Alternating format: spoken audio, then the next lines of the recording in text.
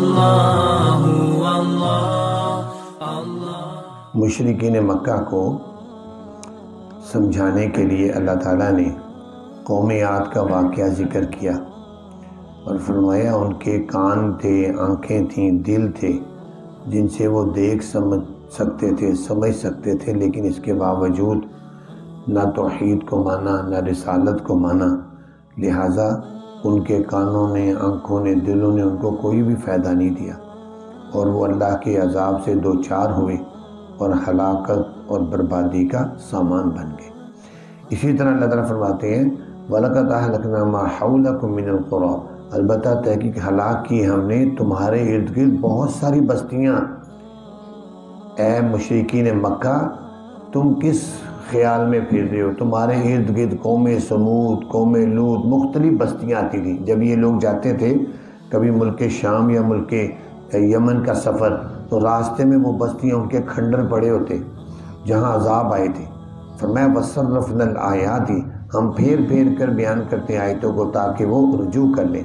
فَلَوْلَا نَصَرَهُمُ الَّذِينَ اتَّخَذُوا مِن دُونِ اللَّهِ، کیوں نہیں مدد کی ان لوگوں کی، ان معبودوں نے جن کو بنایا تھا انہوں نے اللہ کے علاوہ، قرباناً عالیہ، اپنے تقرب کے لیے معبود بنایا تھا۔ من غیر اللہ کو انہوں نے اپنا معبود بنایا تھا تقرب کے لیے، کہ کہتے تھے ما نعبدہم الا لیقربونا الی اللہ زلفیٰ، ہم نے ان کو معبود اس لیے بنایا ہے تاکہ یہ ہمیں اللہ کے قریب کر دیں، اللہ کا مقرب بنا دیں۔ اللہ تعالیٰ بہت بلند ہے، ہم وہاں تک نہیں پہنچ سکتے، یوں کہتے۔ تو اللہ تعالیٰ کہتے ہیں کہ جب ان پر عذاب آیا تو پھر ان کے معبودوں نے ان کو کیوں نہیں بچایا؟ اصل بات یہ ہے کہ بل ضلوا عنہم، بلکہ وہ گم ہو گئے ان سے، وذالک افکہم، یہ جھوٹ ہے ان کا، وما کانوا یفترون، اور جو بھی وہ گھڑتے ہیں، کیونکہ اللہ کے علاوہ کوئی معبود نہیں ہے، کوئی مشکل کشا نہیں ہے، حاجت روا نہیں ہے۔ مشکل کشا حاجت روا صرف اللہ ہے، معبود بھی وہی ہے، مالک بھی وہی ہے، خالق بھی وہی ہے۔ تو پھر اگر کوئی آدمی غیر اللہ کی طرف جھکتا ہے تو وہ اپنی بربادی کا سامان کر رہا ہے۔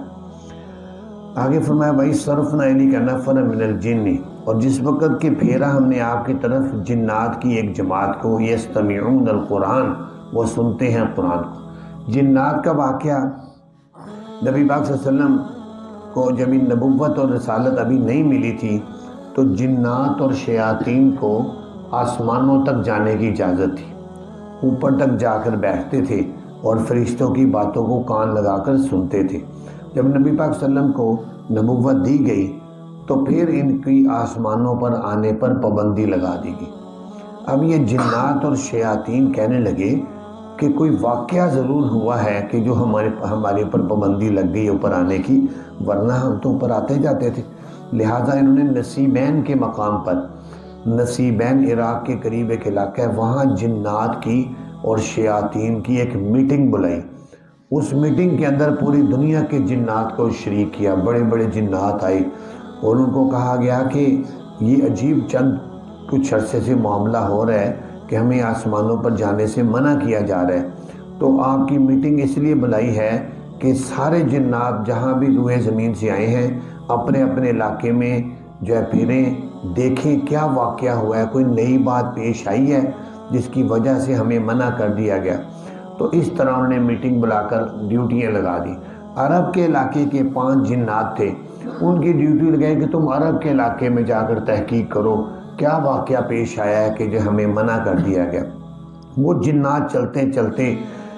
ایک جگہ پر پہنچے، اتفاق سے انہی دنوں میں نبی پاک صلی اللہ علیہ وسلم طائف کے سفر پر تھے۔ آپ کو یاد سنا ہوگا اکثر کہ طائف میں آپ تبلیغ کے لیے تشریف لے گئے تھے اور وہاں پر ان لوگوں نے اچھا سلوک نہیں کیا تھا، تو طائف کے سفر پر تھے، آپ کے ساتھ حضرت عبداللہ بن مسعود، حضرت بلال، حضرت زید بھی تھے۔ تو ایک جگہ پر نبی پاک صلی اللہ علیہ وسلم نے نماز ان کو پڑھائی۔ جب نماز شروع کی تو ہاتھ باندھ کر کھڑے ہیں، پیچھے 3 صحابہ کھڑے ہیں، انہوں نے ایسے کر کے دیکھا، جنات تو اوپر سے گزر رہے تھے، انہوں نے کہا یہ کیا ہو رہا ہے؟ نیچے اترے وہ جنات اور پاس آ کر قریب ہوئے تو سننے لگ گئے، چونکہ جنات نظر نہیں آتے تو وہ سننے لگے، اور نبی پاک صلی اللہ علیہ وسلم کی زبان مبارک سے پڑھا جا رہا تھا قرآن، اس کی کتنی تاثیر ہوگی۔ اور وہ جنات سنتے رہے، جب انہوں نے قرآن سنا تو اتنا اثر ہوا وہ ادھر ہی مسلمان ہو گئے، ادھر ہی مسلمان ہو۔ مسلمان ہونے کے بعد وہاں سے وہ روانہ ہو گئے واپس جب چلے گئے، نبی پاک صلی اللہ علیہ وسلم کو پتہ نہیں چلا، جب آپ نے سلام پھیرا ایک درخت نے آپ کو بتایا کہ یا رسول اللہ ابھی جنات آئے تھے وہ آپ کا قرآن سن کے مسلمان ہو کر چلے گئے۔ تو وہاں جا کر انہوں نے پھر ان جنات کو بتایا کہ ہم قرآن سن کر آئے ہیں، وہ وہی ہے، وہ اللہ کا کلام ہے جو موسیٰ علیہ السلام پر بھی اترتا تھا،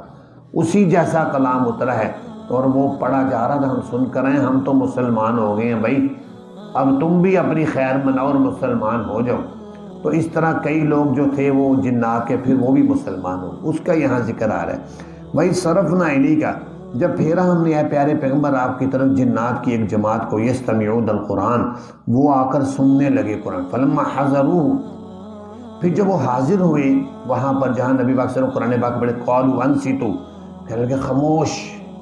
خاموش ہو جو قرآن پڑھا جا رہا ہے۔ تو جنات نے بھی قرآن پاک جب پڑھا جا رہا تھا خاموشی کا کہا کہ خاموش ہو جاؤ، اور قرآن پاک جب پڑھا جائے تو اس وقت قرآن پاک کا ادب اور احترام یہ ہے اس کو خاموشی سے سنا جائے۔ اگر نماز سے باہر قرآن پاک پڑھا جا رہا ہے، نماز نہیں ہے، تو اس وقت تو مستحب ہے کہ جو لوگ وہاں موجود ہیں وہ قرآن پاک کی طرف توجہ کریں۔ اگر بالفرض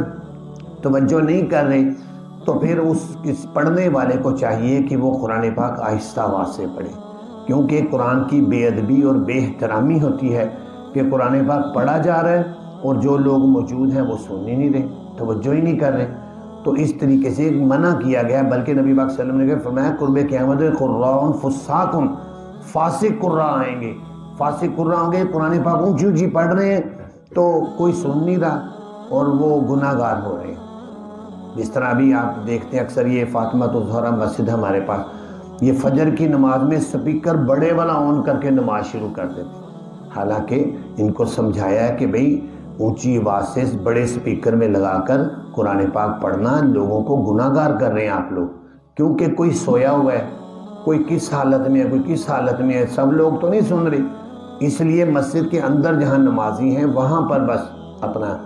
کیا جائے۔ تو مسئلہ یہی ہے کہ قرآن پاک جب باہر پڑھا جائے تو اس کو سننا جائے، اور اگر نماز کے اندر قرآن پاک پڑھا جا رہا ہے جیسے امام پڑھ رہا ہے تو پھر مقتدیوں کے لیے امام کا قرآن پاک سننا واجب ہے، پھر وہ اگر اپنا پڑھیں گے تو گناہ گار ہے،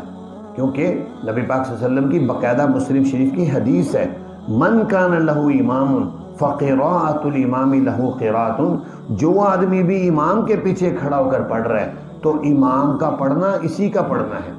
تو پھر اس کے لیے ضروری ہے کہ وہ امام کا قرآن پاک سنے کہ امام پڑھ رہا ہے، بس یہ سن رہا ہے، امام کے پڑھنے سے اس کو پورا اجر مل رہا ہے۔ اور یہ نبی پاک صلی اللہ علیہ وسلم کی زبان مبارک کا ارشاد ہے، آپ نے فرمایا امام پڑھ رہا ہے بس سمجھ لو مقتدیو یقین کر لو کہ اب تمہاری طرف سے بھی پڑھا گیا۔ تو جنات نے آ کر کہا انصتو، خاموش ہو جاؤ، یعنی قرآن پڑھا جا رہا ہے، فلما قضی، پھر جب وہ ادا کر دیا گیا یعنی نماز پوری ہو گئی اور نبی کا سلام پھیرا، ولوا الی قومہم منذرین، تو وہ پھر گئے اپنی قوم کی طرف ڈرانے والے، واپس جا کر انہوں نے بتایا کیا، قالوا یا قومنا، کہنے لگے اے ہماری قوم، انا سمعنا کتابا، بے شک ہم نے سنی ہے کتاب، انزل من بعد موسیٰ، اتاری گئی ہے موسیٰ علیہ السلام کے بعد، مصدقا لما بین یدیہ، وہ تصدیق کرنے والی ان کتابوں کی جو اس سے پہلے ہیں، یہدی الی الحق، وہ رہنمائی کرتی ہے حق کی طرف، وإلی طریق مستقیم، اور سیدھے راستے کی طرف۔ یا قومنا، ان جنات نے پھر باقاعدہ اپنی قوم کو تبلیغ کی، اے ہماری قوم، اجیبوا داعی اللہ، بات مان لو اللہ کے داعی کی، یعنی نبی پاک صلی اللہ علیہ وسلم اللہ کے داعی ہیں، ان کی بات مان لو، وآمنوا بھی، اور ایمان لیا اس پر، یغفر لکم من ذنوبکم، بخش دے گا وہ تمہارے لیے تمہارے گناہوں کو، ویجیرکم من عذاب علیم، اور پناہ دے گا تم کو دردناک عذاب سے۔ لیکن پھر ان کو ڈرایا بھی، اگر تم نہیں مانو گے تو کیا ہوگا، وَمَن لَا يُجِبْ دَاعِيَ اللَّهِ، جو شخص بھی نئی بات مانے گا اللہ کے داعی کی، فَلَيْسَ بِمُعْجِزٍ فِي الْأَرْضِ، پس نہیں ہے وہ عاجز کرنے والا زمین میں، وَلَيْسَ لَهُ مِن دُونِهِ أَوْلِيَاء، اور نہیں ہے اس کے لیے اللہ کے علاوہ کوئی کارساز، أُولَٰئِكَ فِي ضَلَالٍ مُبِينٍ، یہ لوگ کھلی گمراہی میں ہیں کہ اگر اللہ کو تم نے اللہ کا در چھوڑ دیا تو پھر جہاں کہیں بھی جاؤ گے تمہیں کوئی کارساز نہیں ملے گا، کارساز صرف اللہ ہے۔ اس لیے یہی عقیدہ درست ہے کہ اللہ وحدہ لا شریک ہے، نبی پاک صلی اللہ علیہ وسلم اللہ کے پیارے پیغمبر، آخری پیغمبر ہیں، قیامت برحق ہے، جو اسلام کی بنیادی عقائد ہیں ان کی تبلیغ کی۔ تو پھر وہ مسلمان ہوئے، اور نبی پاک صلی اللہ علیہ وسلم اپنی زندگی میں 6 دفعہ جنات کو باقاعدہ تبلیغ کرنے گئے ہیں، روایات میں 6 دفعہ۔ اور ایک دفعہ عبداللہ بن مسعود کے ساتھ جا رہے تھے، جنات نے کہا یا رسول اللہ تشریف لائیں، ہم نے فلاں جگہ پر جنگل میں جنات کا اجتماع کیا ہے، وہاں آ کر بیان کریں جیسے رائیونڈ کا اجتماع ہوتا ہے۔ تو نبی پاک صلی اللہ علیہ وسلم گئے، جب بالکل وہ جنگل کے قریب پہنچے تو ایک جن نے نبی پاک صلی اللہ علیہ وسلم کے کان میں آ کر کہا، یہ جو صحابی آپ کے ساتھ ہے نا، اس کو پیچھے ہی ٹھہرائیں، اس کو آگے نہ لائیں، کیونکہ ہماری حالت بڑی عجیب و غریب ہے۔ تو یہ ڈر گیا تو پھر خطرہ ہے۔ نبی پاک صلی اللہ علیہ وسلم نے اس کو کہا عبداللہ تم ادھر ہی بیٹھو، اور ایک دائرہ کھینچا، ایسے دائرہ لگایا، باقاعدہ بخاری شریف کی دائرہ لگایا، اور دائرہ لگا کر کہا عبداللہ بن مسعود کو کہ تم نے ادھر بیٹھنا ہے، اس سے باہر نہیں آنا جب تک میں نہ آ جاؤں۔ عبداللہ بن مسعود کہتے ہیں میں بیچ میں بیٹھ گیا تو میں نے وہاں عجیب و غریب منظر دیکھے، عجیب و غریب شکلیں اپنی جنات کی، ایسے دوڑتے دوڑتے میری طرف آتے، جب دائرے کے قریب آتے تو ادھر نکل جاتے، کبھی ادھر نکل جاتے، دائرے کے اندر نہیں آتے تھے۔ تو اس طریقے سے نبی پاک صلی اللہ علیہ وسلم تبلیغ کر کے جب واپس آئے پھر ان کو ساتھ لے کر واپس آ گئے۔ اور عملیات جو لوگ کرتے ہیں، عملیات والے کہتے ہیں وہ اپنے کسی شاگرد کو آج بھی جب سکھانے شروع کرتے ہیں نا تو اس کو دائرہ لگا کر دیتے ہیں، اور کہتے ہیں یہ وہی دائرہ ہے جو سنت کے مطابق چل رہا ہے، ہم نے وہ اس کی حفاظت کے لیے لگاتے ہیں۔ بہرحال دیکھیں نبی پاک صلی اللہ علیہ وسلم نے جنات کو تبلیغ کی، لیکن جنات میں استعداد انسانوں سے کم ہے، انسانوں میں اللہ تعالیٰ نے زیادہ استعداد رکھی، اس لیے پیغمبر جو ہے وہ صرف انسانوں میں ہی آئے ہیں، جنات میں کوئی پیغمبر نہیں آیا۔ تو اللہ تعالیٰ نے نبی پاک صلی اللہ علیہ وسلم کے ذریعے سے پھر ان کو دین کی دعوت کو پہنچا دیا۔ اللہ تعالیٰ سے دعا ہے اللہ تعالیٰ ہمیں قرآن پاک کو سمجھنے کی توفیق عطا فرمائے۔ الحمدللہ۔